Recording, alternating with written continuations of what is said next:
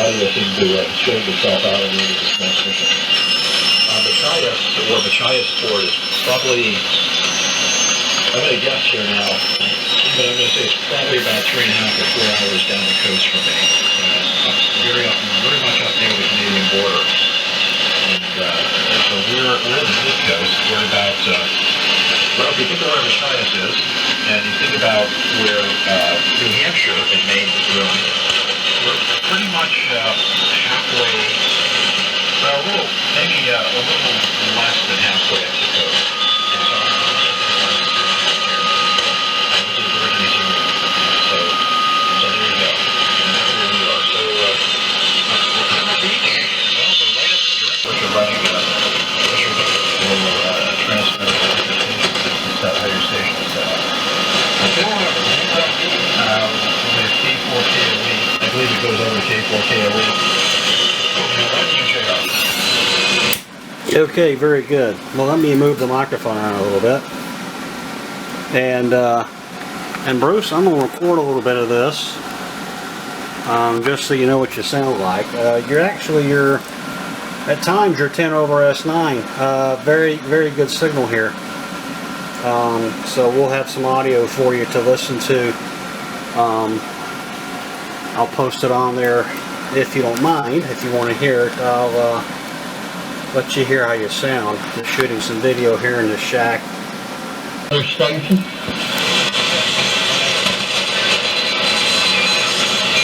No, I guess not. Alright, yeah. What's happened is things have been moved around here. A lot of work going on. And between the mixers and the processors and the jacks and all that, you can't just let them sit. They need to be used, and it just kind of tells you. I could see what was going on. I could see the exciter was doing fine, but on the oscillograph, the audio really, So there was nothing terrible going on here in Little River City, but, it's one of those things, and of course, that's what happens, I mean, I've had them all. I've had the big rigs and, a lot of other stuff. And this stuff is soft, The guy that first had the term wireless should have been smacked in the face. You know that? Because in the average 4 AM handset, there's got to be 75 miles worth of wire. Most of them jumper cables. Of course, when you get a little older, you got to keep the perturbator connected up too,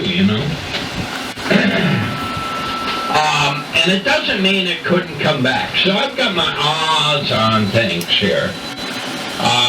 There's a lot of stuff that's in the line, and if any of it decides to take a vacation,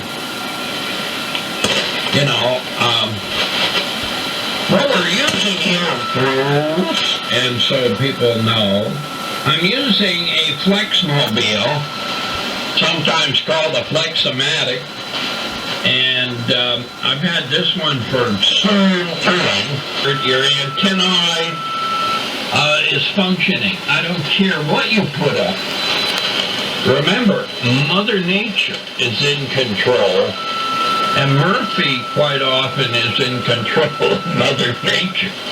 So, with all that, thought, it can tell you that, I don't know if you've seen any pictures on the web of the woodpecker's antenna. We all remember the woodpecker, the over-the-horizon radar.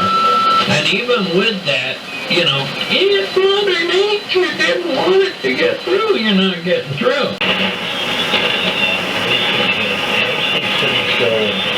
Storage on the other side of the barn.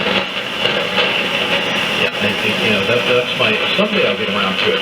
Well, I'm starting to think that that's someday, maybe never. And I'm starting to think that I'm probably better off focusing on the stuff that I really like and operate that and keep that going, which is going to be a full-time job. And although this station's been good. I think I restored this in, let me say, I moved in here in 05, so it might have been 08 or 09 I bought this, maybe it was even earlier.